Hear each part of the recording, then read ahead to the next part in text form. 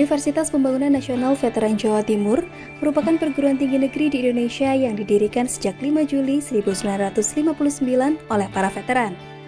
Terletak di Jalan Rumput Madia, Gunung Anyar, Surabaya, berjarak sekitar 12 km dari pusat kota. Seperti yang dicita-citakan oleh para veteran, Universitas Pembangunan Nasional Veteran Jawa Timur menghadirkan pendidikan terbaik untuk turut serta dalam pengembangan sumber daya manusia, khususnya dalam bidang pendidikan tinggi.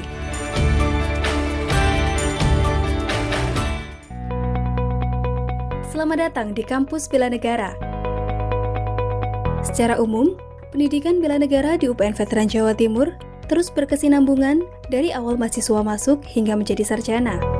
Mulai dari pengenalan kegiatan kampus bagi mahasiswa baru atau PKKMB, mata kuliah pembentukan karakter yaitu Pancasila, pendidikan kewarganegaraan, bahasa Indonesia, pendidikan bela negara, outbound bela negara, dan kuliah kerja nyata bela negara.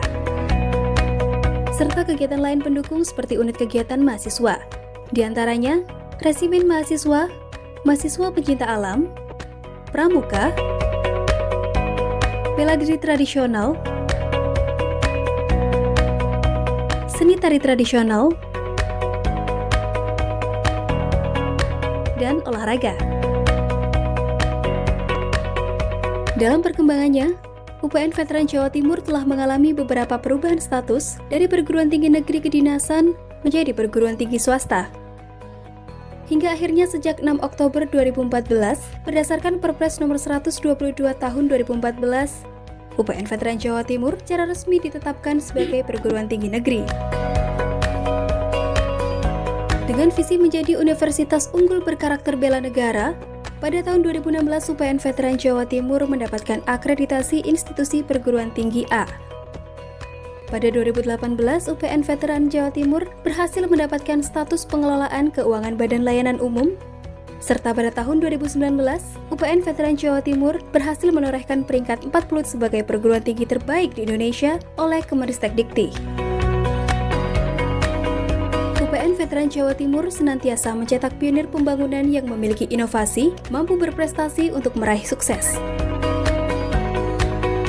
UPN Veteran Jawa Timur memiliki 7 fakultas yang terdiri dari Fakultas Ekonomi dan Bisnis,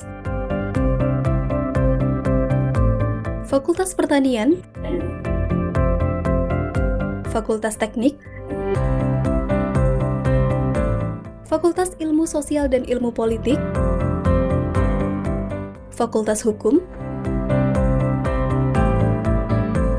Fakultas Arsitektur dan Desain, dan Fakultas Ilmu Komputer.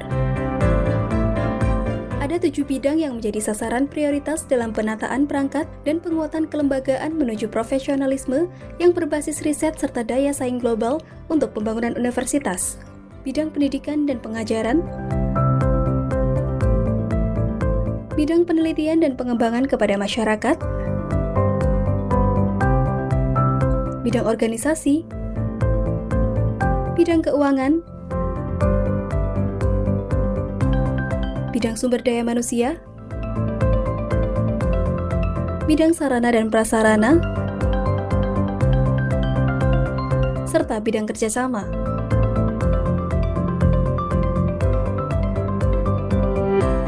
Semoga ke depan UPN Veteran Jawa Timur semakin meneguhkan sebagai perguruan tinggi negeri yang mempunyai daya saing tinggi di bidang tridharma perguruan tinggi, tidak saja di tingkat nasional tapi juga di internasional.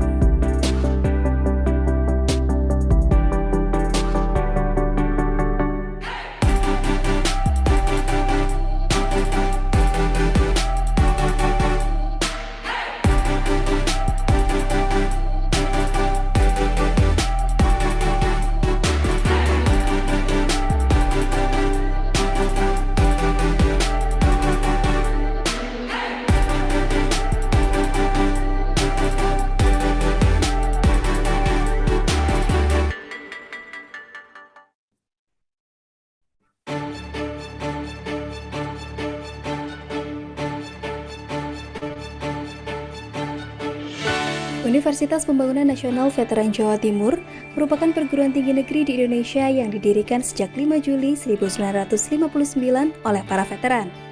Terletak di Jalan Rungut Madia, Gunung Anyar, Surabaya, berjarak sekitar 12 km dari pusat kota. Seperti yang dicita-citakan oleh para veteran, Universitas Pembangunan Nasional Veteran Jawa Timur menghadirkan pendidikan terbaik untuk turut serta dalam pengembangan sumber daya manusia, khususnya dalam bidang pendidikan tinggi.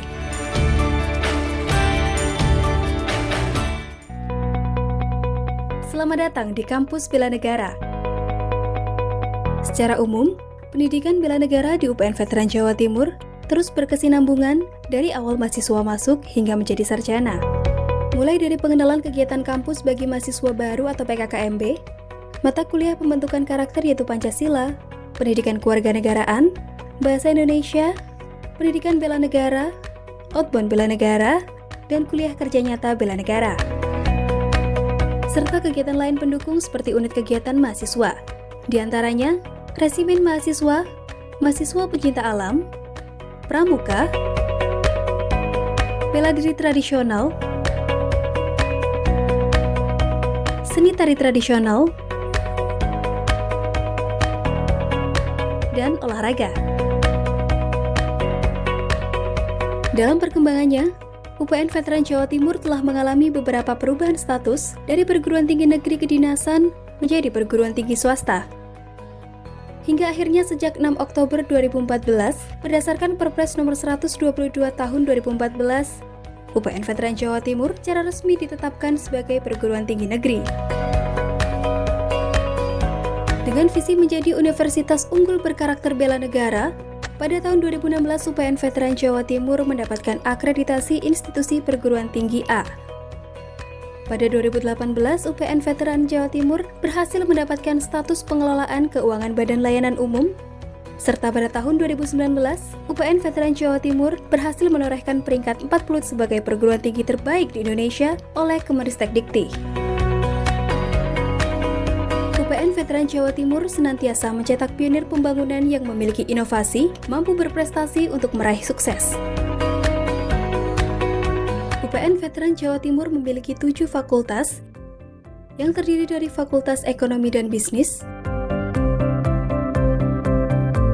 Fakultas Pertanian, Fakultas Teknik, Fakultas Ilmu Sosial dan Ilmu Politik, Fakultas Hukum, Fakultas Arsitektur dan Desain, dan Fakultas Ilmu Komputer.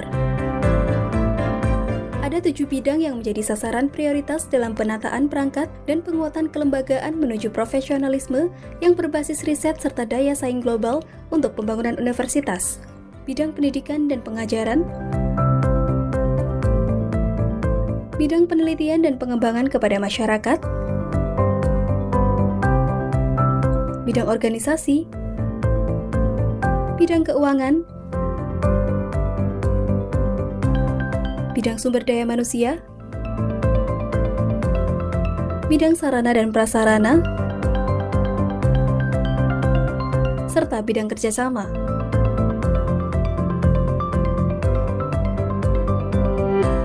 Semoga ke depan UPN Veteran Jawa Timur semakin meneguhkan sebagai perguruan tinggi negeri yang mempunyai daya saing tinggi di bidang tridharma perguruan tinggi, tidak saja di tingkat nasional tapi juga di internasional.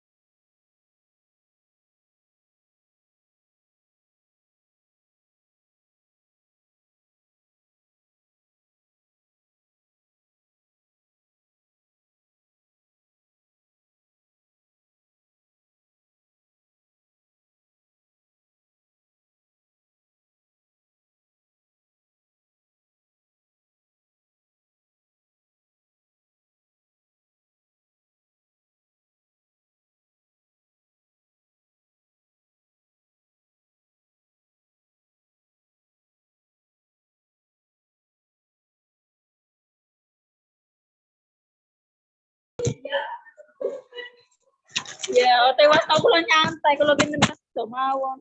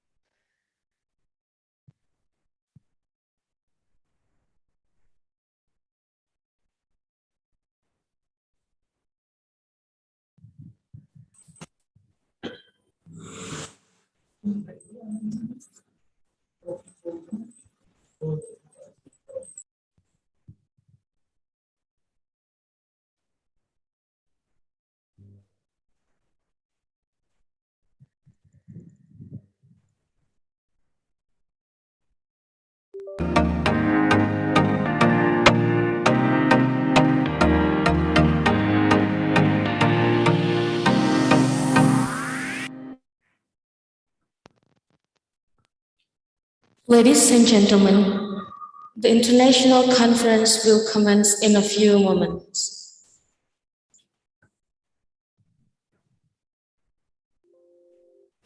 First of all, to help us recognize you easily, would you please put your full name on your screen underscores institution. Also, please make sure you activate your video and microphone when necessary. In addition, to ensure that the conference will run well today, if not necessary, for example, if you are not invited to ask questions by the speaker or the moderator, please make sure your microphone is off. Further information about how you can get involved to the main discussion, including asking questions, will be shared by the moderator.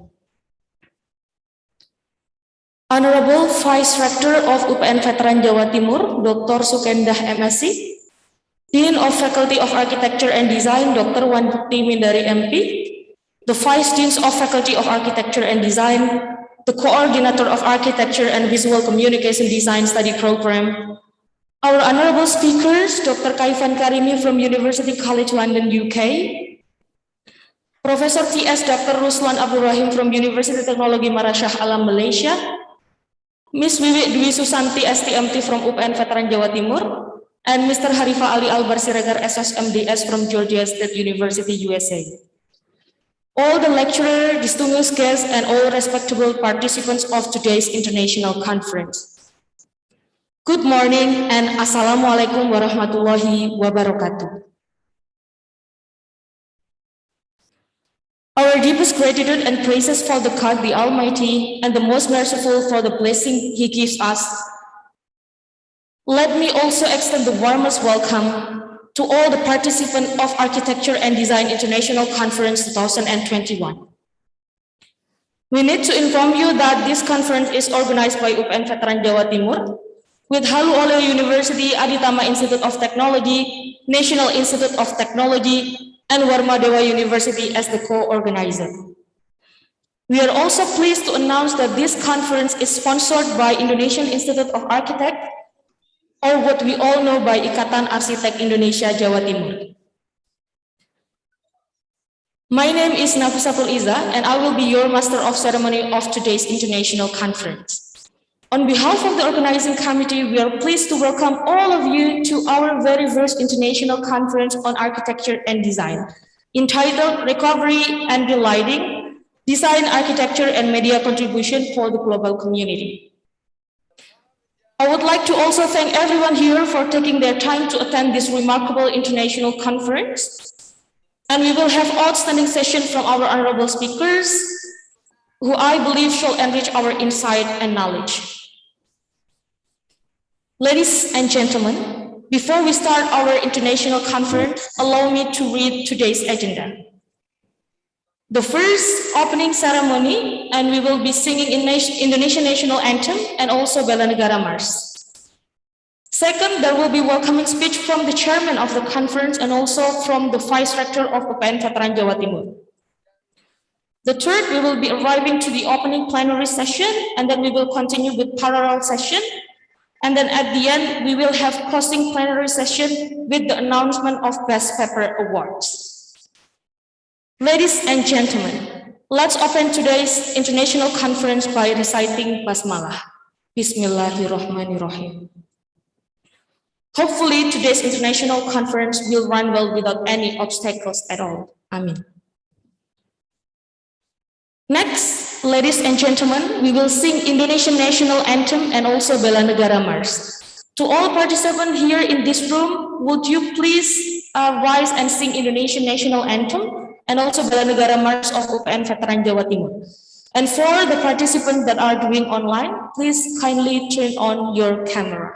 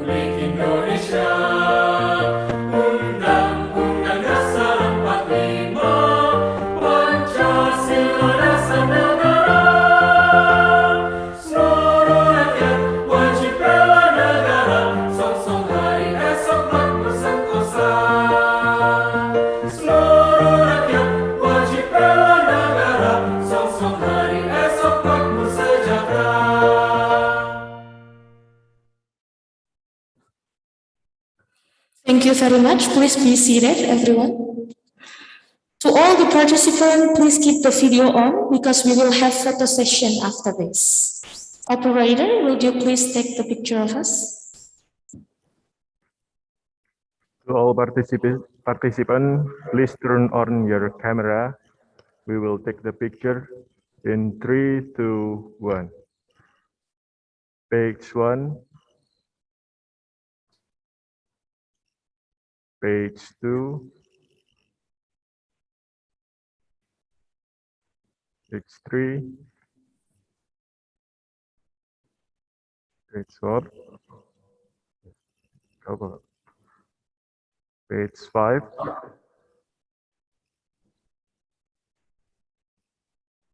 6. 7. 8. 9. 10. 11. And 12. Thank you for your participation. You may turn off your camera. Thank you very much.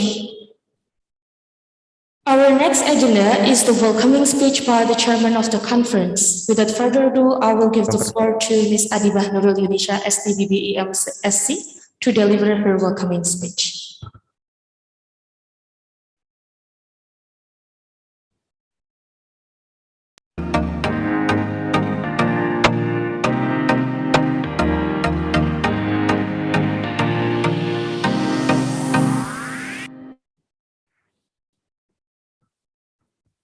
Bismillahirrahmanirrahim. The Honorable Vice Rector of UPN Veteran Jawa Timur, Dr. Insinyur Sukendah MSc, Dean of Faculty of Architecture and Design, Dr. Insinyur Wanti Mindari MP, Dean of the Faculty of Engineering of Universitas Halu Oleo, Dr. Edward Mi, STMT, Dean of the Faculty of Engineering and Planning of Universitas Warmadewa, Professor Dr. Insinyur Iwayan Runa, MTIAI, Dean of the Faculty of Civil Engineering and Planning of Institute Teknologi ADIC Surabaya, Dr. Muhammad Junaidi Hidayat, STMDS, Dean of the Faculty of Civil Engineering and Planning of Institute Teknologi Nasional Malang, Dr. Insinyur Heri Sotyo Budiharso, MSc, Head of Department of Architecture Department Consortium, Head of Ikatan Arsitek Indonesia East Java, AR Gayo Budi Utomo, IAI. The honorable speakers, distinguished guests, beloved students, ladies and gentlemen, good morning and Assalamualaikum warahmatullahi wabarakatuh. On behalf of the committee, I'm honored to welcome you all to the Architecture and Design International Conference 2021. This conference was initially organized to be conducted in 2020. Nevertheless, due to the uncertainty in this pandemic era, it has to be postponed until today. Despite the pandemic condition, all the committee eventually managed to organize this conference successfully, which takes us here today. Therefore, I would like to express my greatest gratitude to all the committee members for their hard work and contributions, because without them, this conference will not be conducted today.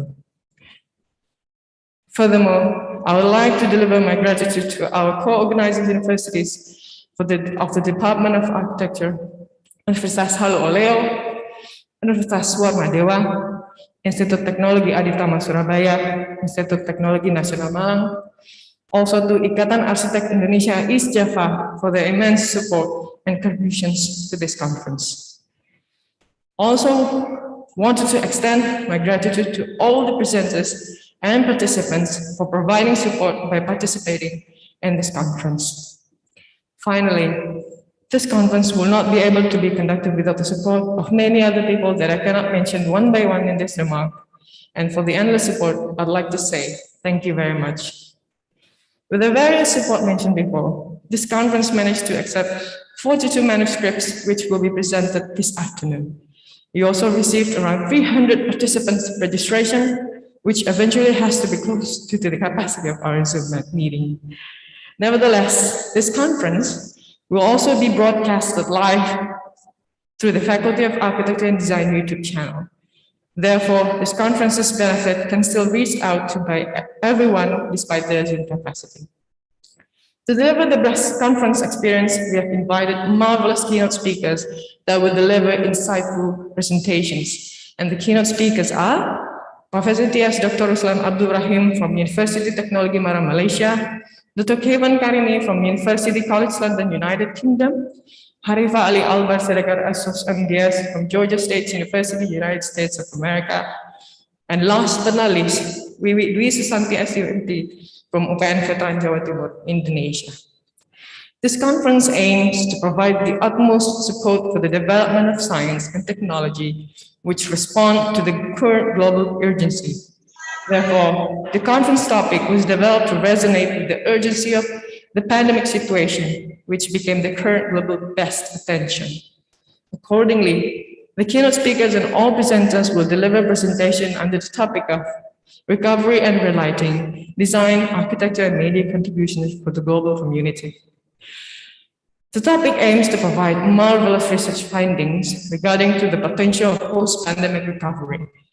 Recovery becoming our main attention due to the updated pandemic situation, which we believe on the positions to recover after the innovation of COVID vaccines. This innovations has provided us great optimism that requires great preparation as well in entering the new post-pandemic era. Therefore, we are hopeful that this conference will provide great findings in support of moving on to the next chapter of the pandemic stage. Furthermore, I believe that all the keynote speakers and presenters will provide a remarkable presentations and discussions which will broaden as well as challenge our knowledge. Finally, I sincerely hope that all participants and presenters may enjoy their time and acquire great knowledge from this conference. Thank you, good morning, and Wassalamualaikum warahmatullahi wabarakatuh.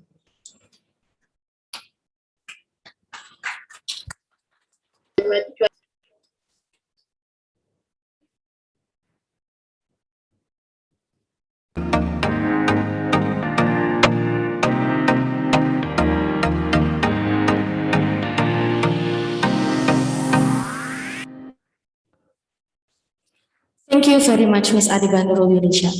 Next, our third agenda is the welcoming speech by the Vice Rector of UPN Veteran Jawa Timur. Without further ado, I will give the floor to Dr. Sukenda MSc to deliver her welcoming speech. Thank you, MC. My voice is can be heard? Yes, Ibu, very clear. Thank you. Bismillahirrahmanirrahim. The Honorable Dean and all leaders in the Faculty of Architecture and Design, also the Honorable all speakers and all participants in this room. Good morning and Assalamualaikum warahmatullahi wabarakatuh. And salam sejahtera bagi kita semuanya. On behalf of UPN Veteran Jawa Timur, I would like to take this opportunity to welcome you all to this conference entitled Architecture and Design International Conference 2021. In particular, I would like to welcome our co-organizer universities from the Department of Architecture of Universitas Halluoleo, Universitas Warma Dewa, Institut Teknologi Aditama Surabaya, Institut Teknologi Nasional Malang. Thank you for your participation become the co-organizer with UPN Veteran Jawa Timur. Also, I would like to thank you to our supporter Ikatan Arsitek Indonesia East Java, which provides its immense support to this event. And of course, all our honorable keynote speakers that Prof.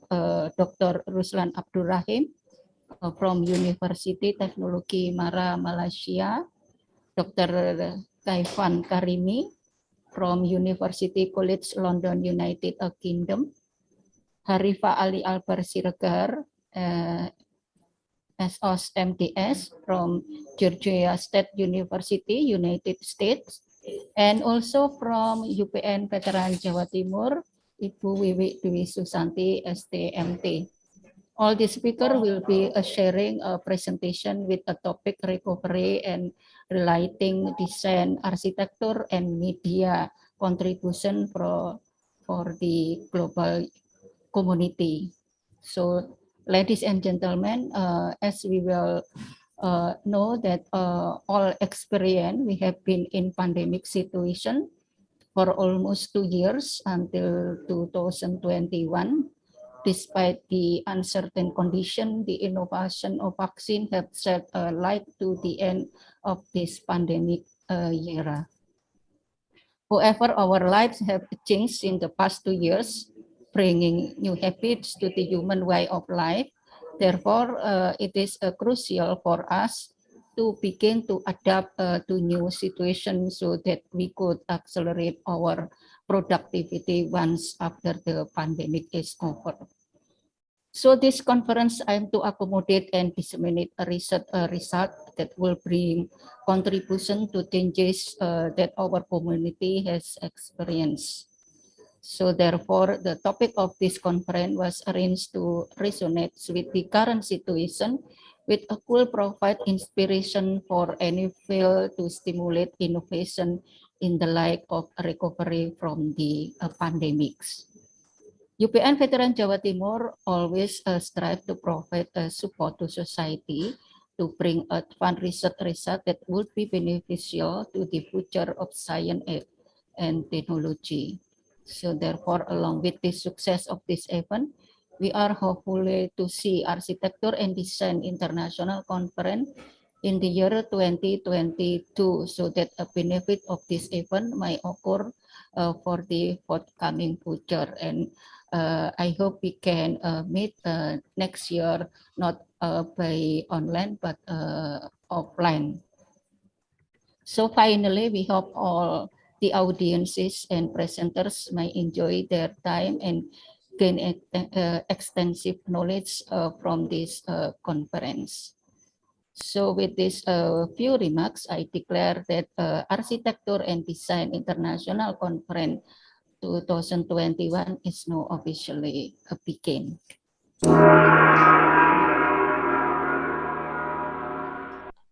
Thank you, welcome, and Assalamualaikum warahmatullahi wabarakatuh. And maybe I cannot follow this event until the end, so please allow me to leave this meeting after that. That's fine. Thank you very much, Ibu.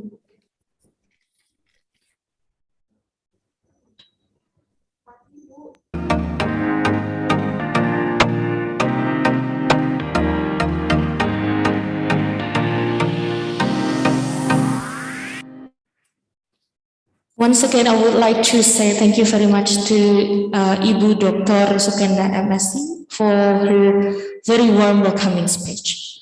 Ladies and gentlemen, we are arriving to the most exciting agendas of today's event, that is the opening plenary session.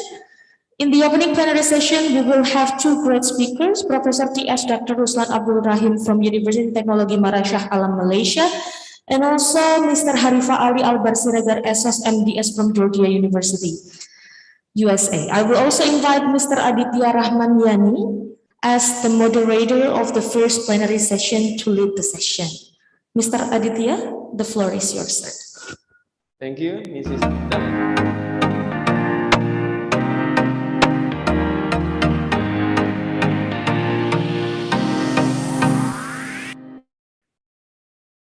Assalamualaikum warahmatullahi wabarakatuh. Good morning, everybody. Welcome to ADIC 2021 with the topic Recovery and Relighting Design Space Media Contribution for the Global Community. Let me introduce myself first. I am Aditya Rahman Yani from Visual Communication Design Study Program, UPN Veteran Jawa Timur. And this morning, I serve as moderator for two honorable keynote speakers. They are Professor T.S. Dr. Ruslan Abdul Rahim and Mr. Harifa Ali Albar Siregar, SOS MDS. In the first session, the presentation will be delivered by Professor T.S. Dr. Ruslan Abdul Rahim. Currently, he is the Dean of the Faculty of Art and Design, University Teknologi Mara, Malaysia. and he holds a doctorate from the University of Brighton, UK, and focuses on research in the visual semiotics, brand marketing, and visual data analysis. In the second session, will be delivered by Harifa Ali Albar Siregar, SOS MDS. Assalamualaikum, Mr. Harifa. Waalaikumsalam warahmatullahi wabarakatuh. How are you today?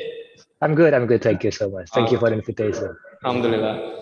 Mr. Harifa is a lecturer from Institut Teknologi Bandung, but he is also a PhD student in Moving Image Studies, School of Film, Media, and Theater at Georgia State University in US.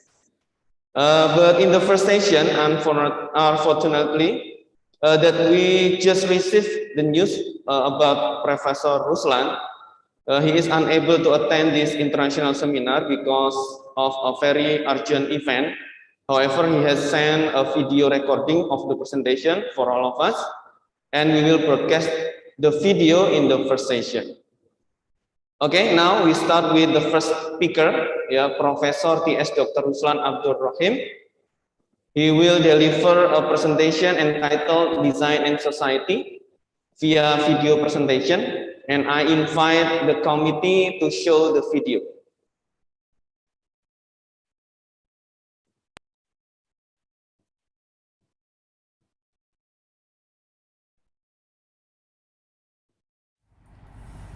Greetings from Malaysia, Ruslan Abdul Rahim here, and first of all, I'd like to take this opportunity and spend a little bit of time to thank the organizers of ADIC 2021 for this opportunity for me to give a bit of a sharing experience as my keynote.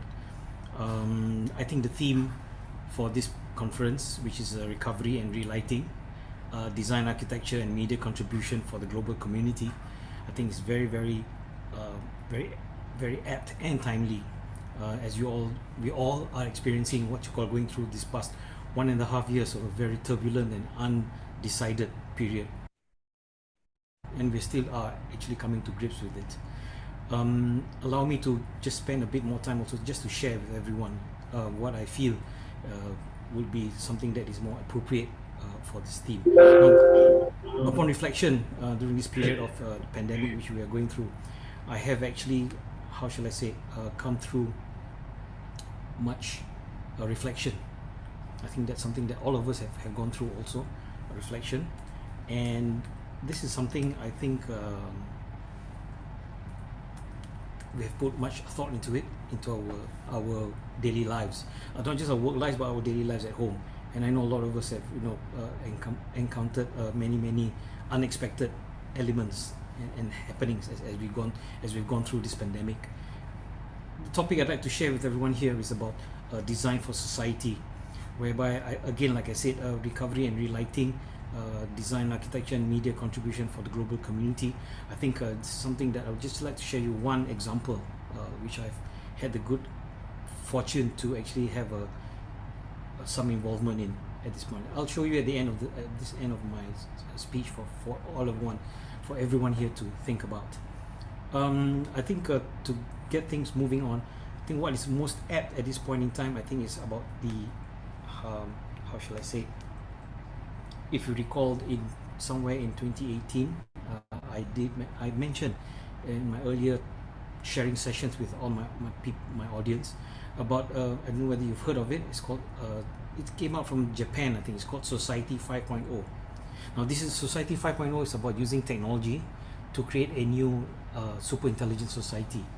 But I think looking beyond what you call looking beyond the technology, Society 5.0 here strives for about where value is created, and this started off with problem solving and value creation. And as you know, going through this pandemic, it's been not just one big problem, but many small problems. I mean, not problem, but I call it challenges. Okay, and this is where I think from this challenge of going through this pandemic, this is where diversity has arisen, and whereby everyone, especially in the design community, also has exercised what I see as diverse abilities. That means the ability to overcome. As you know, we have gone online, classes have been replaced in a virtual mode, okay? And this has actually decentralized a lot of things. And again, and it's made everyone, not just students and lecturers in the academic area, but I think society also to be resilient to a certain level. And here, I think this is where we're talking about sustainability, whereby the ability or the challenge to move ahead with what is happening with us. And Society 5.0, I think, is about, now there are 4 main points here. It's about optimal value chain. If I can just share with you, I have a chart playing to share with you, okay, about energy diversification, about optimal value chain, about automating industry and agricultural industry, and also preventive examinations, I mean preventive mode. I know this pandemic has caught us unawares, and therefore we are not able to, how shall I say, go into what you call a preventive mode. But I think with the vaccination taking place right now, I think there's something something that we can look forward to at this point in time. So Society 5.0 is about creating a high quality of value for life, comfort, and also vitality. And this is about covering all these areas. I just like to focus on one aspect of it, whereby I think the design community, especially in academics here, okay, is what you call is very apt for all of us here. This is about the advanced fusion of cyberspace and the physical space. Having online forums, webinars, I think this is already where you can see the fusion of cyberspace and physical space. This is already happening already. But I'd like to take a step further about something that I'd like to share with you, which has taken place here in Malaysia. I did share this at an earlier conference a bit about this news, but take this a bit further at this point in time. A few years ago, I think somewhere in about 3-4 years ago, the medical faculty at my university, okay, identified a problem about how to get stroke victims to attend physiotherapy. Now, stroke victims, actually what has happened is that they have some form of what you call letharginess and also disability, so they need to have what you call physiotherapy to do exercises to strengthen their muscles. And what has happened is that one of the challenges we've identified was that the distance or the logistics of it. Most of the patients, stroke patients, are staying quite far away from the hospital facilities. What more with the pandemic and the lockdown and the controlled movement order, so it's very difficult for what you call the patients to actually come to the hospital, and that takes the act of even coming to the hospital, traveling great distances also is another big challenge. So what the medical faculty has done is that they have discussed with a virtual reality designer. The short movie, it's about 5 minutes long, I can share with you, okay. What has happened is that he has taken what you call the element of virtual reality, okay, met with the stroke patient and actually assisted him to actually do his exercises at his home, which is about 200 kilometers away from the hospital. Okay, so this has cut down time and his quality of life has improved greatly. And I think this is a clear demonstration of what can happen, or what has happened and what can happen, and the possibilities can open up. My take on this is that I think the academics and the designers, okay, can play a very, very active role, okay, should be collaborating with the medical fraternity and all other cross disciplines. I think there's something very, very timely and much needed, okay, especially during this pandemic, and we can actually see how far this can really go. So I think at this point I'd like to just run the movie, and hopefully you can all see what I'm trying to talk about. And with that, I thank you very much for spending the time to listening to what I have to share with you. Please stay safe, everyone. Thank you very much.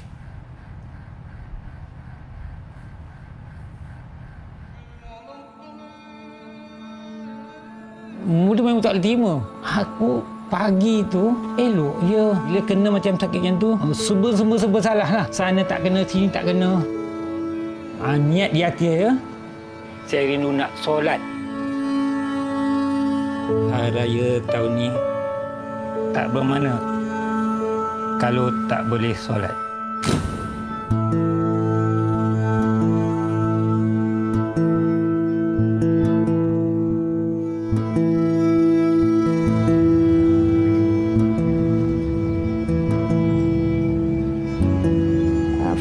experience pesakit ramai tidak dapat memenuhi our program akibat daripada mereka tak dapat datang pada kekerapan yang diperlukan. Kalau nak pergi ke visio tu ambil masa lah, jaraknya sangat jauh lah. Orang pergi berdua lah dengan ayah, malas lah nak pergi. Kata letih, kata nak tunggu lama lagi. Pergilah 2 orang, mak tak nak ikut.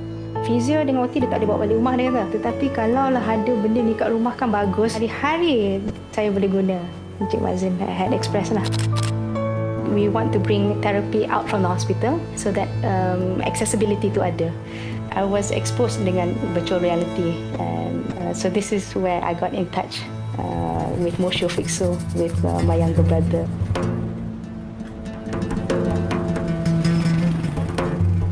Tak expect jauh macam ni, tapi kita dah nampak macam memang betul masuk ke dalam lah ni. Harap-harap tak sesat lah. VR is one of the ways yang kita can bring the treatment to their houses in a way of bringing the technology and accessibility to a person that is in need. I explain Cik Mazin VR ni apa, tunjuk dia headset tu rupa macam mana kan. Nampak pelik sikit boleh je? Boleh.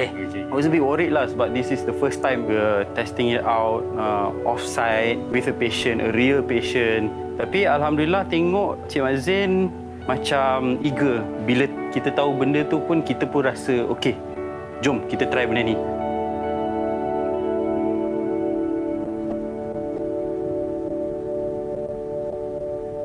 This is module Back to Kampung kita namakan. Kenapa kita buat nama Back to Kampung is to gain that familiarity lah. So you want them to be comfortable with the situation. So we were quite surprised masa tu. Cik Mazin dapat transfer all those eggs in a very quick time lah.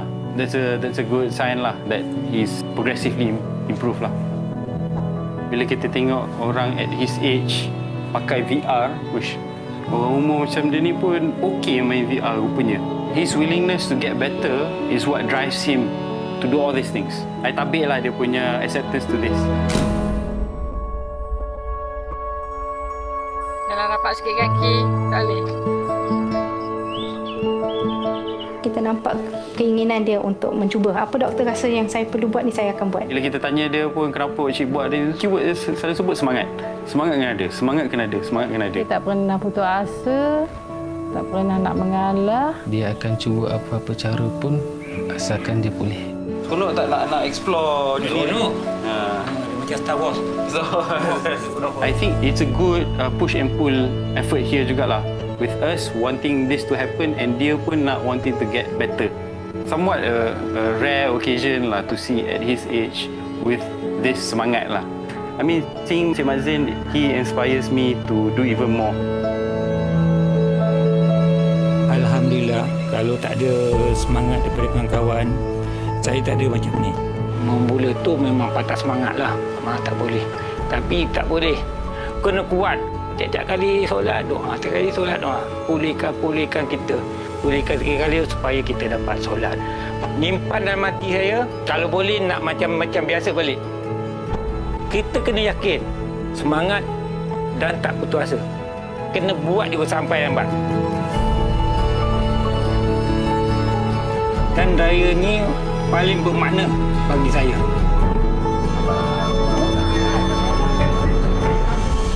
Jadi apa ajak saya tu tercapai.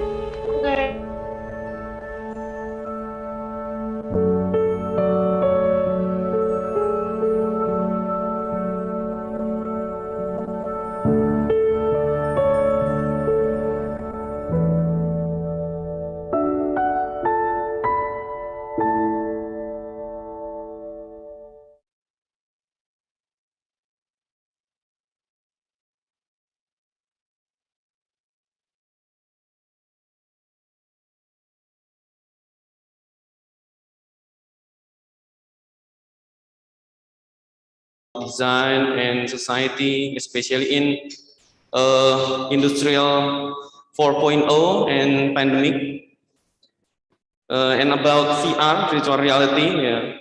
If you want to ask some question about the material, maybe we can help you to deliver the question to Professor Ruslan, and the answer will be shared in the group of participants in the next day.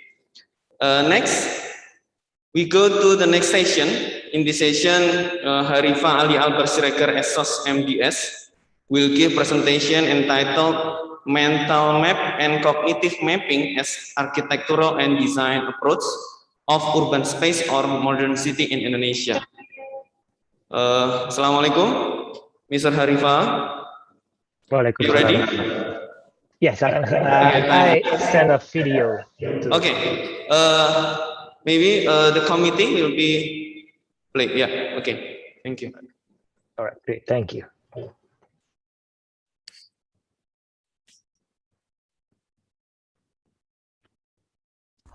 Hello, my name is Harifa Siregar. I'm a PhD student at the Moving Image Studies program, School of Film, Media and Theater, Georgia State University, Atlanta, USA, and also a lecturer in the Arts and Design faculty, Bandung Institute of Technology. Thank you so much to the organizer of this conference. I am honored for the invitation as one of the speakers in the 2021 Architecture and Design International Conference, Recovering and Relighting, Design, Architecture, and Media Contribution for the Global Community.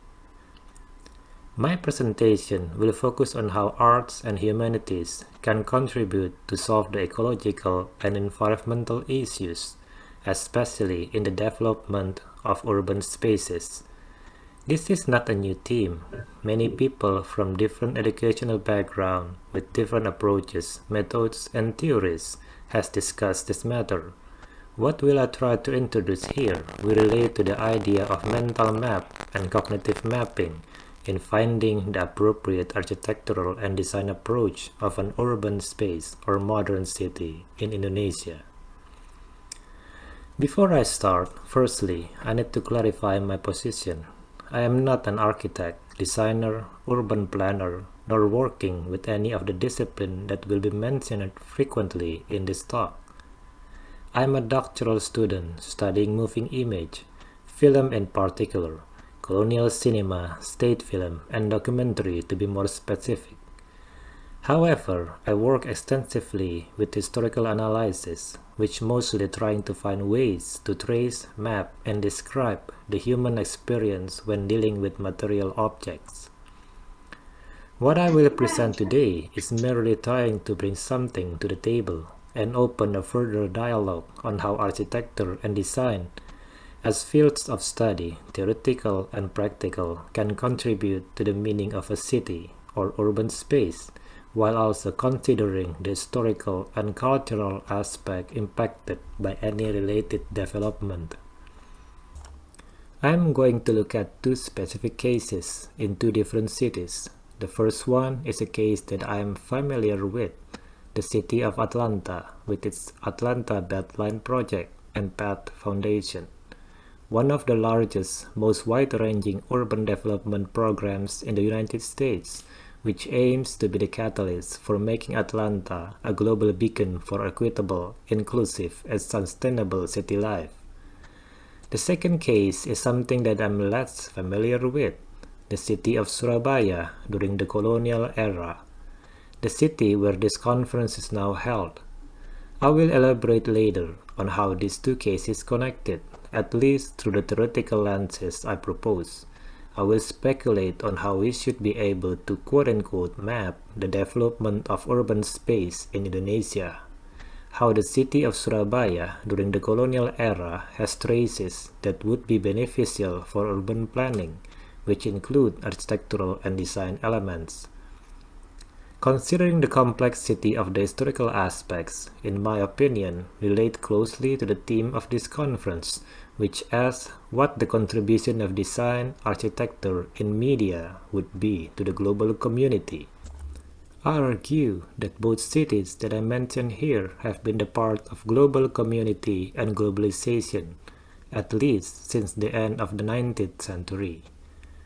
The test of this space or of a city should consider not only the usability of the material elements, but also the psychological, socio-cultural, and historical aspects of the particular space. The argument that I made is related to two interconnected theories or approaches that deal with city life and cultural theory. As I mentioned earlier, that will be the mental map coined by Kevin Lynch in the book published in 1960, The Image of the City, and Frederick Jameson's idea of cognitive mapping, introduced in postmodernism or the cultural logic of late capitalism from 1991. Throughout this presentation, I am going to switch back and forth between mental map of a city and how Frederick Jameson uses it as a cognitive mapping to address the complexities of late capitalism life. Globalization and late capitalism seems to be a different side of a same coin. Historically, the idea of globalization or flow of humans, animals, plants, and commodities had existed long before industrialization began. Although through modernism and Western ambition of imperialism and colonialism made the today's conditions possible. Historian Robert Batchelor notes how since the mid-16th century, London has been transformed into a global city. The example is the fact that the ancient Sundanese manuscript Bujangga Manik has been archived in the Bodleian Library, London since 1627. Batchelor's study is based on visual fact, a map, the Selden map from the Bodleian Library collection, that shows how countries or kingdoms or cities or geographic elements in Asia, such as Zhongji, Shanxi, Beijing, Osaka, Nagoya, Manila, Cebu, Tubanda, Makassar, and Banjarmasin were already known in Europe at the end of the 16th century. The details of Batchelor's study are certainly too broad to be discussed in this paper. The important point we can take is that the use of visuals and quote-unquote mapping activities are the main factor in knowing and seeing one's existence in relation to the others. Existence that involves experience, knowledge, and ignorance.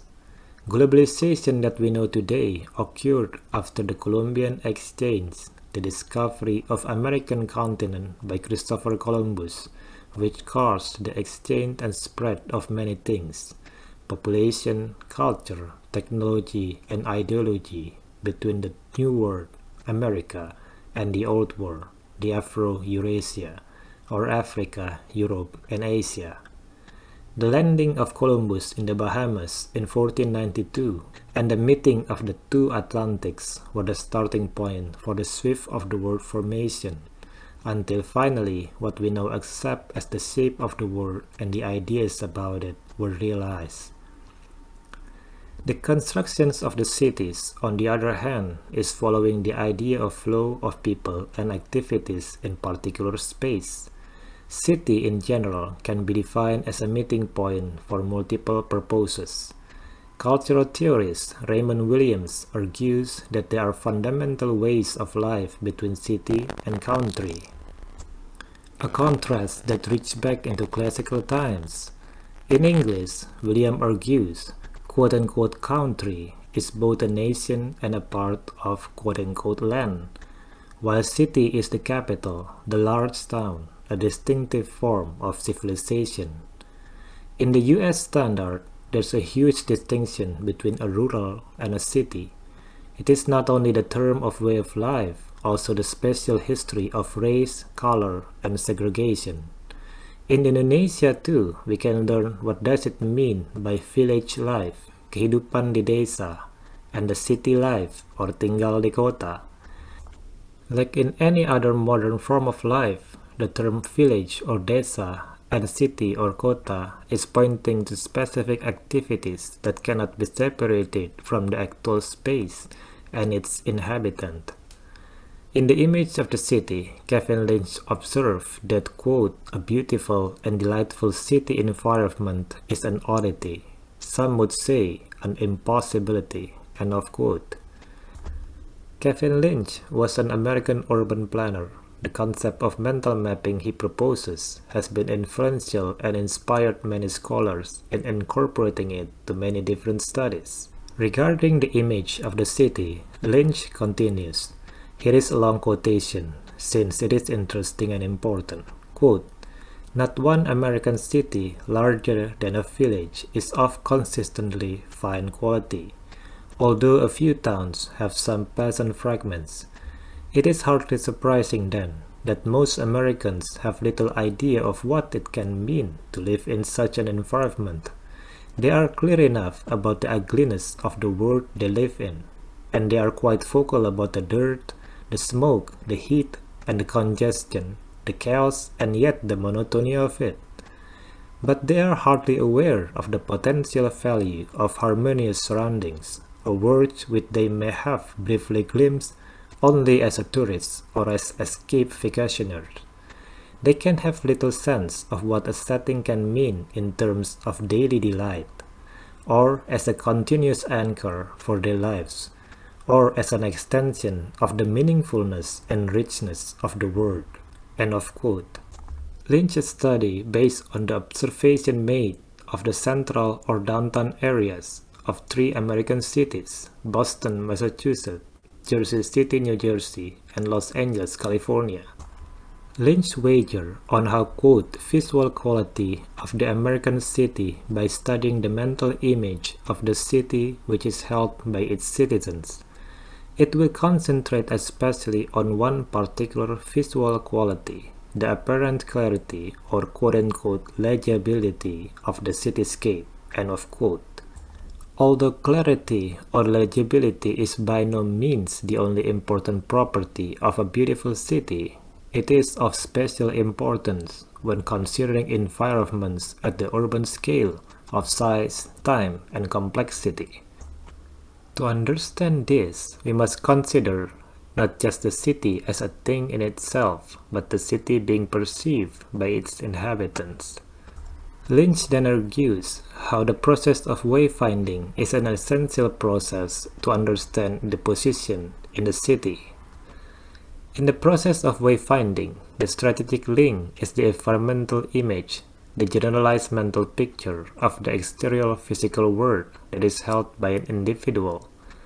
This image is the product of both immediate sensation and of the memory of past experience, and it is used to interpret information and to guide action. Indeed, a distinctive and legible environment not only offers security, but also heightens the potential depth and intensity of human experience. Potentially, the city is in itself the powerful symbol of a complex society. Environmental images are the result of a two-way process between the observer and his environment. Thus, the image of a given reality may vary significantly between different observers. The quote-unquote public images, the common mental picture carried by a large number of a city's inhabitants. An environmental image may be analyzed into 3 components. First, identity, structure, and last one is meaning. It is useful to abstract this for analysis if it's remembered that in reality they always appear together. A workable image, Lynch argues, requires first the identification of an object, which implies its distinction from other things, its recognition as a separable entity. This is called identity, not in the sense of equality with something else, but with the meaning of individuality or oneness. Second, the image must include the spatial or pattern relation of the object to the observer and to other objects. Finally, this object must have some meaning for the observer, whether practical or emotional. Meaning is also a relation, but quite a different one from spatial or pattern relation. And here is when everything became complicated, as the question of meaning in the city is not an easy question to be answered. If it is our purpose to build cities for the enjoyment of vast number of people of widely diverse background, the cities which also be adaptable to future purposes, we may even be wise to concentrate on the physical clarity of the image and to allow meaning to develop without our direct guidance. Our thesis, Lynch's thesis, is that we are now able to develop our image of the environment by operation of the external physical shape as well as by an internal learning process. Lynch proposes 5 physical elements to help city inhabitants navigate their dwelling as well as to make their life meaningful. Those elements are paths, edges, districts, nodes, and landmarks. As Lynch provides the physical elements that connect city and its inhabitant, Lynch does not delve deeply into the development of mental image that comes from the formation of those physical aspects.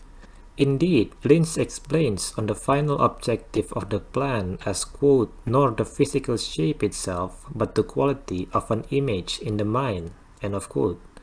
Lynch suggests that city planning should include the training of the observer by teaching them to look at their city, to observe its manifold forms and how they mesh with one another.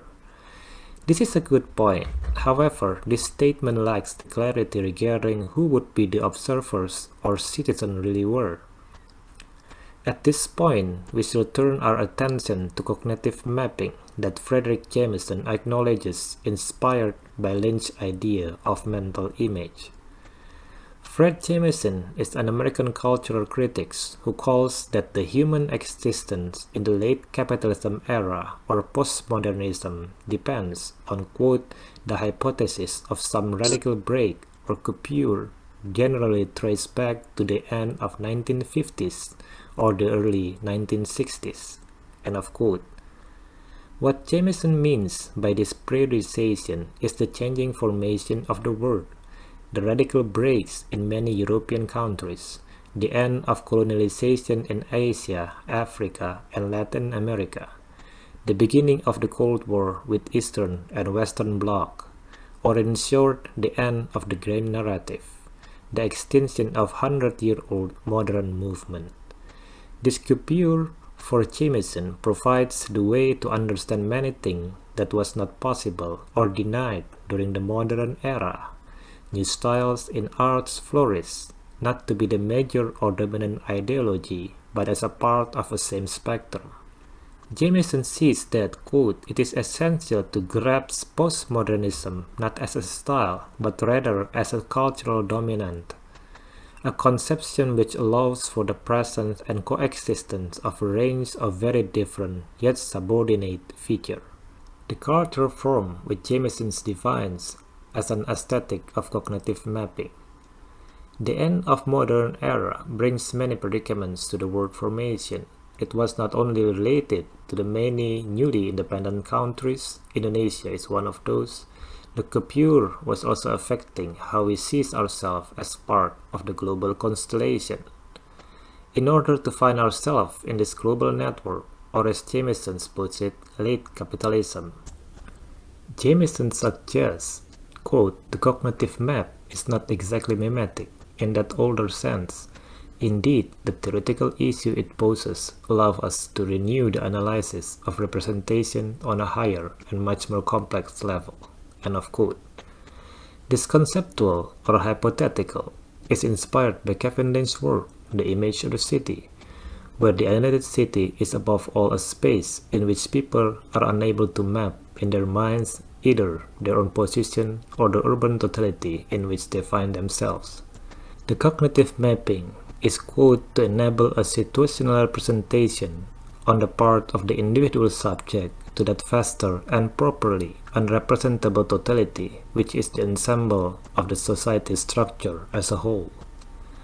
Jameson argues that Lynch's concept, quote, will be emblematic since the mental map of a city space explored by Lynch can be extrapolated to the mental map of the social and global totality we all carry around in our heads in variously grappled forms. The alienated city, Lynch explains, is where we fail to identify or map our position in today's societies. However, for Jameson, while we continuously find ourselves lost in the totality of cultural form, we should embrace it instead of regretting it and keep a sentimental feature as part of a nostalgia. Globalization, in its essence, is closed the door for individual tastes. An aesthetic of cognitive mapping, then, is pedagogical political culture, which seeks to endow the individual subject with some new heightened sense of its place in the global system, and it will necessarily have to respect this now enormously complex representational dialectic and invent radically new forms in order to do it justice. Jameson uses the cognitive mapping as emblematic or allegorical. It does not relate directly to the physical space of a city, but to the form of cultural domination or ideology which embedded or quote-unquote govern it. The conception of cognitive mapping proposed by Jameson therefore involves an extrapolation of Lynch's spatial analysis to the realm of social structure, that is to say, in our historical moment, to the totality of class relation on a global or multinational scale. And now it's time to turn our attention to the case studies. The first one is the Atlanta Beltline and Path Foundation Trails. We will see a short video to explain what the Atlanta Beltline is. Beltline is outdoor space, comprises 22 miles of unused railroad tracks circling the core of the city's in-town and neighborhoods. From trails and walkways to open green space and parks, the Atlanta Beltline connects people to neighborhoods, dining, and cool places throughout the city. This description and the video were both taken from Discover Atlanta website. You are welcome to check the website as well as other online data I use here to get a better picture of what the project is.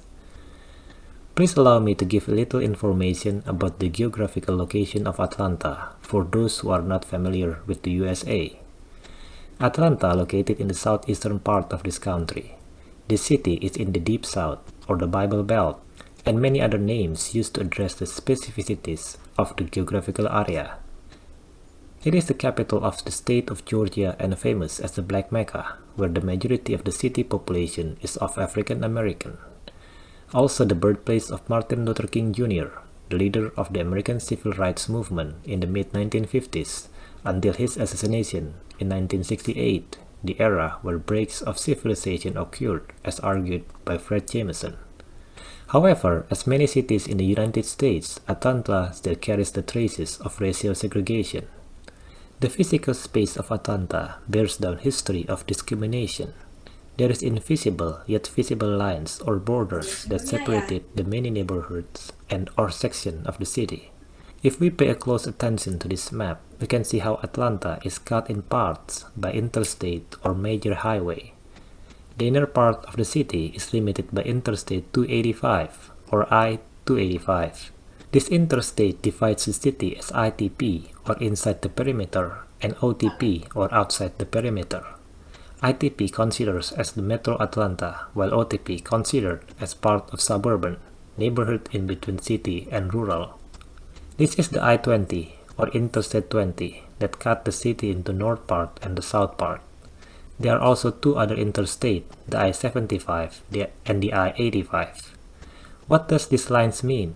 Historically, whatever on the south part of the city is less developed than its northern counterpart. Historically too, the south side of the city was predominantly African American. In the United States, we can learn how affluent a neighborhood is from its postcode. Certain postcodes are still underdeveloped until this day. So how is Atlanta Beltline and Path Foundation Trails help to rectify the many problems Atlanta inhabitants face? First of all, it helps people to move from one point to another, to commute either to work, school, or do other errands. American railroads are built for automobiles, and reliable public transportation remains a fairy tale. It is very difficult, if you are not driving or own a car, to travel from one part to the other. Imagine someone is living in the west side of the city and work in the southeast. Without a car, it will be very difficult for that person to travel and be on time. Using this path, they can ride a bike, using electric scooter, and if they don't have any, they can rent one. These trails can also be used for exercising and exploring many parts of the city, something that would not be easy to do if we are walking on the main road. Aside from its practical purposes, Beltline helps different neighborhoods to express themselves based on the values and experiences embedded. This is where both theories mentioned earlier become useful. The mental image and cognitive mapping of each neighborhood allow the citizen to interact with the user of the Beltline, such as I am. Each part of Beltline is unique. They open for new things while also proud of the heritage they have. From the experience and perspective of an international student who uses this path daily to commute, exercise, and explore, I can argue that Beltline has given the opportunity to visit places, learn new things, and meet many people from many different backgrounds that would not be possible if I use other mode of transportation. Let's visit Surabaya now, at the age of the colonial, an era where I consider should be embraced as an important part of the development of mental image, as well as to cognitively position its citizen into the global context. Matthew Isaac Cohen in the comedy Istanbul, popular theater in colonial Indonesia 1891 to 1903, describes that the beginning of this art form can be traced to the port city of Surabaya. Istanbul theater itself was a peripatetic cultural formation and a popular movement in the arts and culture of Indonesia. This musical theater company consists of Eurasian actors and Chinese owners. Cohen argues, quote, the ethnic affinities of the theater were critical importance during the comedy Istanbul's early history. But the process of intercity and inter-island touring resulted in the theatrical form no longer being associated with a particular city or region.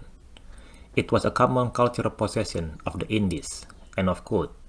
Istanbul was not only the enterprise of one city, it had become a threat of the archipelago, the threat of a spatial formation. Although not everyone was interested in watching comedy Istanbuls, since it was considered naive, sentimental, and populist by cultural elites in its time and after, but Istanbul was arguably the most important form of commercial culture until the arrival of film and radio.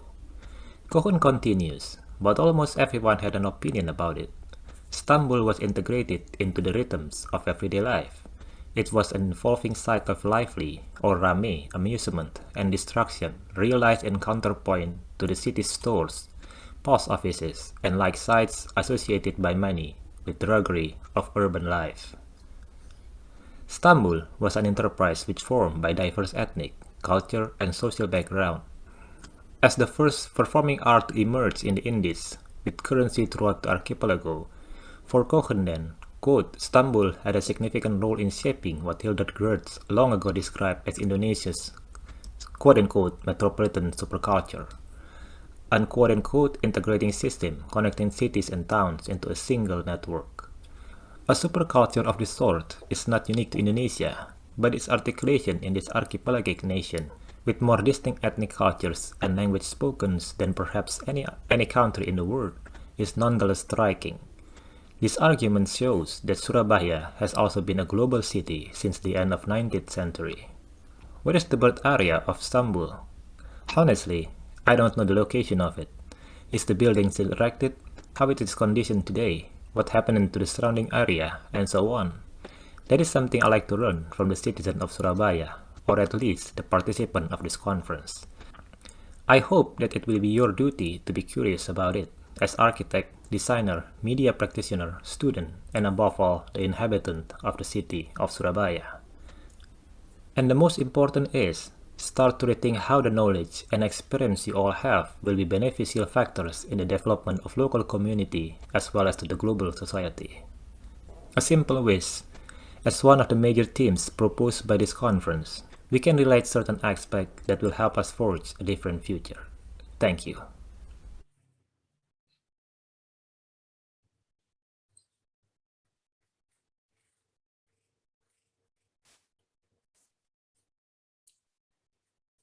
Please give applause for all two keynote speakers. The next session is Q&A session, and we will read some of the questions from participants in the chat room. The question can be addressed to the first and second speakers. And the question which is addressed to Mr. Harifa will be directly answered. However, the question for Professor Ruslan will be answered and shared in the participant group in the next day. Because we know Professor Ruslan cannot join with us this morning. Okay, I will read the questions. First is from Fairuz from UPN Veteran Jawa Timur asked to Mr. Harifa, I've been interested in the meaning of place. Could you please tell me more about how meaning was constructed to be different in everyone's perception, regarding it has the same physical form or spatial structure? Okay, time is yours, Mr. Harifa. Okay. Yeah, I should answer it directly now. Yeah. Okay, thank you. Thank you so much for the invitation, first of all. Thank you for the participant. And I'd like to answer Fairuz. So I'm not the best person to answer the question about place, but from my opinion, could you please tell me more about how meaning was constructed to be different? So that's the question, right? Right. So basically, each human beings are unique. We have our own physical structure. We have our own abilities, capabilities, and limitations. So basically, that's what makes us perceive things differently. And it is not only regarding to space or place, but it's regarding to every other things that we can perceive by our eyes, by our skin, that we can tactically feel, we can hear, we can taste, and everything like that. So meaning is not constructed to be different, but each of us perceive the meaning itself differently than other people. Then, of course, it's personal level. Then it's also there's another meaning which attached to what we call the community meaning or the society's meaning. And we should that's a completely different answer, because if we talk about societies, then there are people who are the opinion leader, people who are directed the meanings that the societies or the community should feel, what the rule is, what is the do and do nots, and things like that. So meaning in personal level can be contradicted to the meaning in society's level.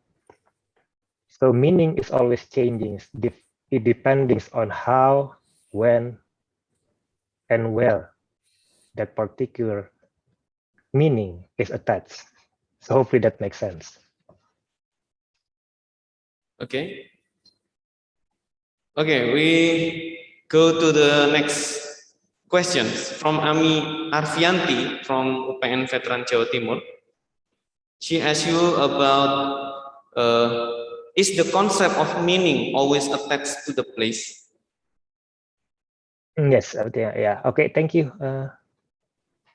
Yeah. I cannot see who's asking the question. So, is the concept of meaning always attached to place? No. Simple answer would be no. Okay. Because place is a container of a thing, but meaning can also attach to time. So I would like to go a little bit political, because today is October 1 in Indonesia. So October 1 in Indonesia in post-Reformation era would be different than October 1 in Pak Harto era, in Orde Baru era.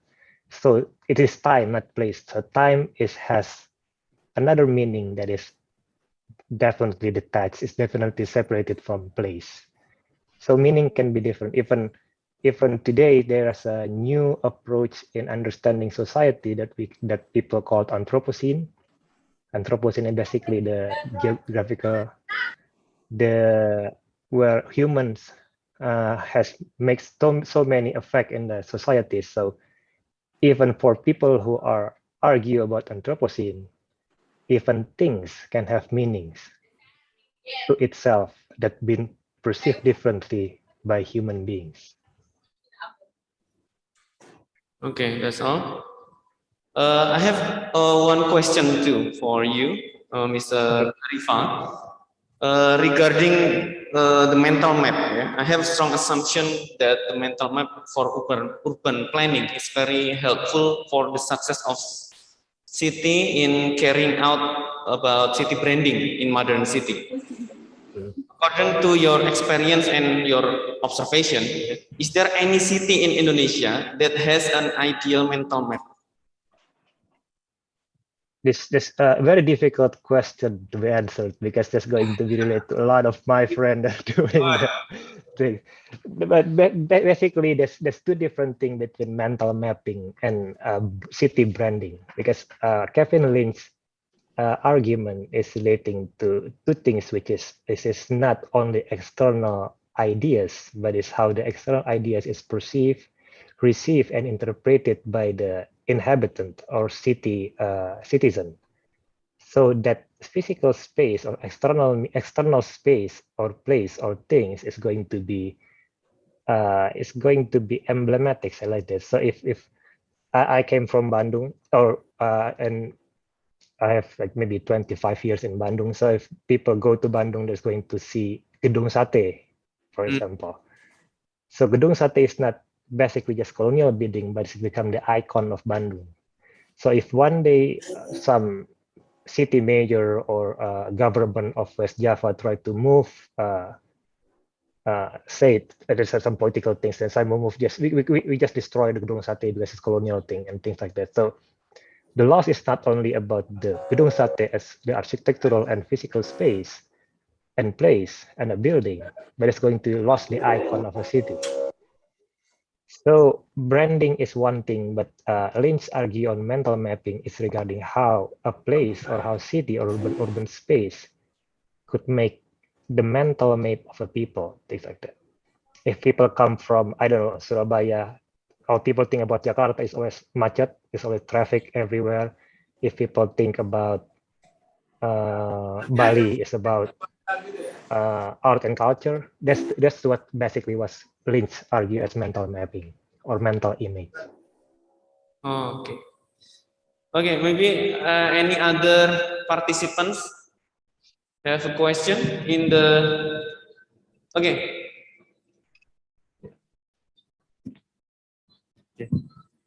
Camera.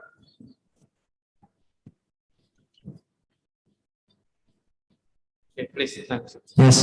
Assalamualaikum warahmatullahi wabarakatuh.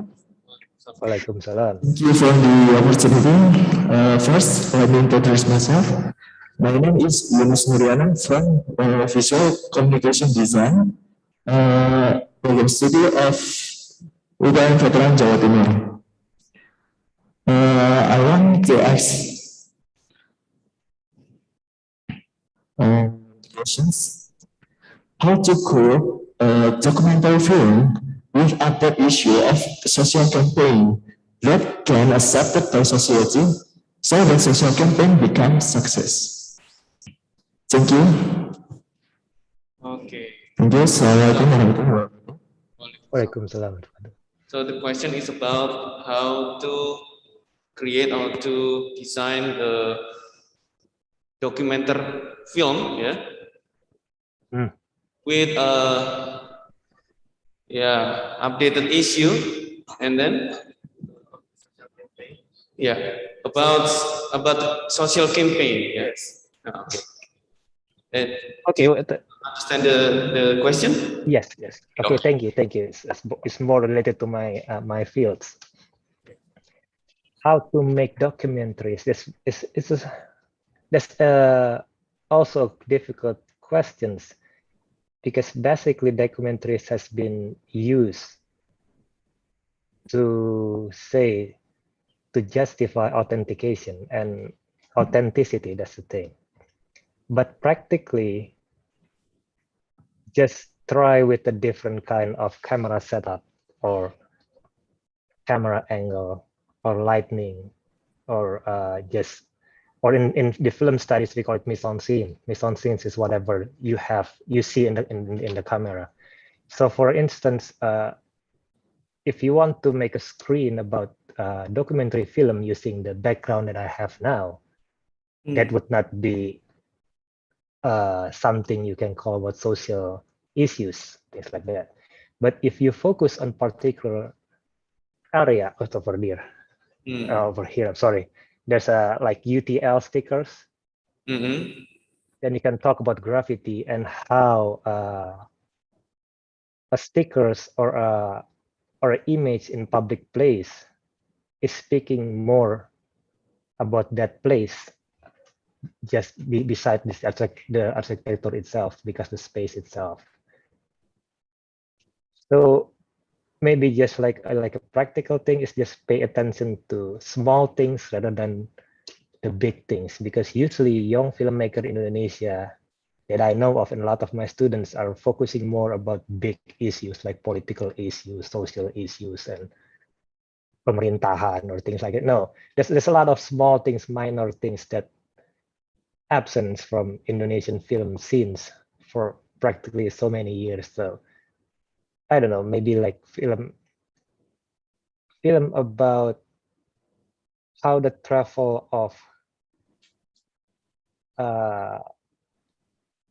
bottle aqua, what they call it, plastic bottle, after it's been used, how it's different in, maybe in Surabaya it's different, in Gombong it's different, in Kediri it's different. It's all the same. I don't think it's that after people use plastic bottle, the recycling process going to be the same, even in different kelurahan or different kecamatan. It's an interesting things to, and you can connect it to globalization, you can connect it to ecology, and you can connect it to other big idea. Okay. Okay. I know one documentary film from Bandung that already released maybe in August. It's about Gor Saparua, you know? Yes. Yeah, that is very interesting. Yeah. Yes, Gor Saparua has a long history from band metal scenes to until you can play roller skates now. It's super sporty. Yeah. Okay. Okay, maybe another question. Yeah.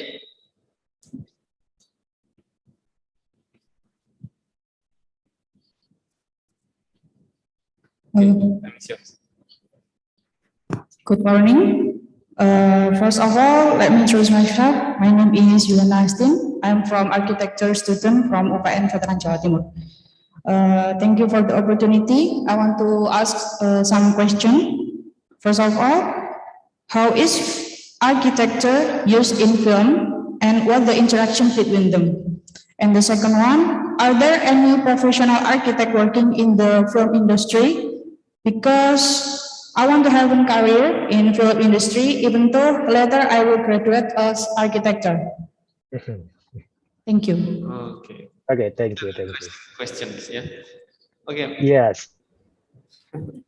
So what's the first question? I'm sorry. Can you repeat it for me? First question is, how is architecture used in film? How is thank you. used in film? So usually architecture used in films. So I'm going to make two distinctions between films. The first one is feature films or films fictive. The second one is as if it's real, so it's documentary film. So the first one, if you use fictive film or feature films, then it's going to use as either as a backdrop or as a story itself. So if you a lot of Islamic film thematic or film bertema Islam that becoming bestseller in Indonesia, use the idea of traveling abroad. I don't have to mention the name, but you the name of the film, but you're going to Praha, you're going to Paris, you're going to New York, and you experience keislamanmu di situ gitu kan. So it's becoming the backdrop of films. But for the film like documentary type, then there's many films that use the architect itself. There's films that use the building itself to be the main theme of the film. And it's going to relate to the your second questions. So there are a couple of architects that, but I forget the name, that architect plus filmmaker, but that they're not, as far as I know, they're not professional filmmaker, they're more professional architect. And they use films as the media for their communication, media for the company. But one of the most celebrated architect is Frank Gehry.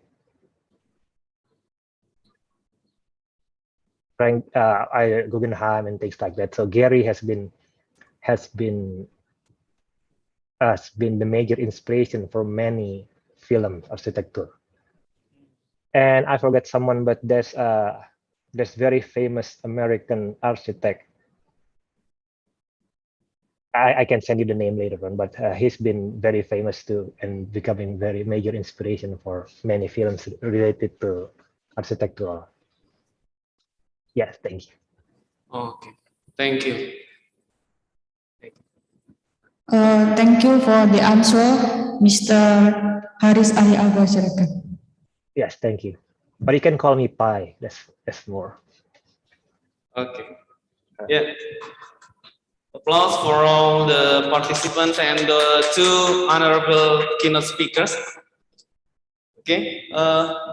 This is the end of the session, and I would like to say thanks for all the materials and all the knowledge that you share to us. Yeah. Thank you. It's been a pleasure for me, and I've been honored and humbled. Thank you so much. Hopefully, mudah-mudahan sesuai. So hopefully it's useful that we can intrigue some discussion or debate or in UPN, or in architectural or design in Surabaya. But I want to ask a question. So is there anyone here that knows about Comedy Istanbul and knows the particular stories? The Comedy Istanbul? Comedy Istanbul. Yeah. I didn't hear about that. I know in your presentation only. Okay. So, but if there's anyone that knows about it or knows the location of the building that Istanbul, maybe you can raise your hand in the Zoom. Okay.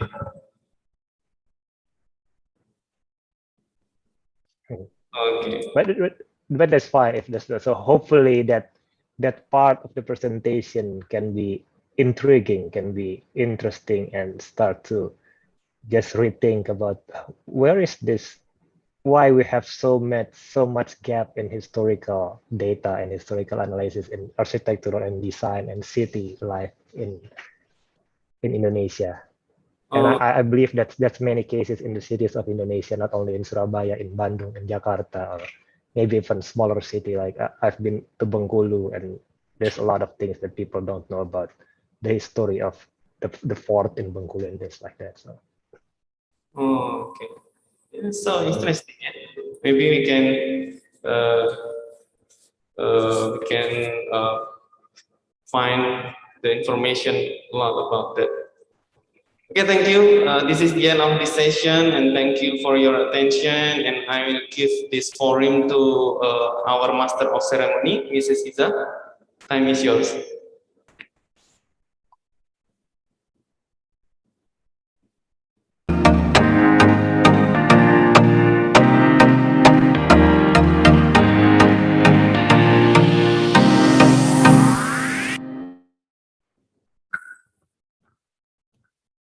I would like to say thank you very much to Professor T.S. Dr. Ruslan Abdul Rahim and also Mr. Harifa Ali Albar Siregar, SSMBS, for giving us such informative and very interesting presentation. I would like to also thank the moderator of the opening plenary session, Mr. Aditya Rahmaniani, for being the moderator of the first plenary session as well as the leader of fruitful discussion. And lastly, I would also thank all the participants for active participation and also question for our speakers. Please give a huge round of applause for the speakers, the moderator, and also the participants. Ladies and gentlemen, you are welcome to take a break until 12:50. Then we will continue the parallel session at 1 p.m. with the same Zoom link. We need to inform you that the presenters of parallel session are welcome to immediately assign themselves in the breakout room provided by the committee. We are also pleased to invite all the participants here in the conference to join the breakout rooms according to the theme you are interested in. Thank you very much, and Assalamualaikum warahmatullahi wabarakatuh.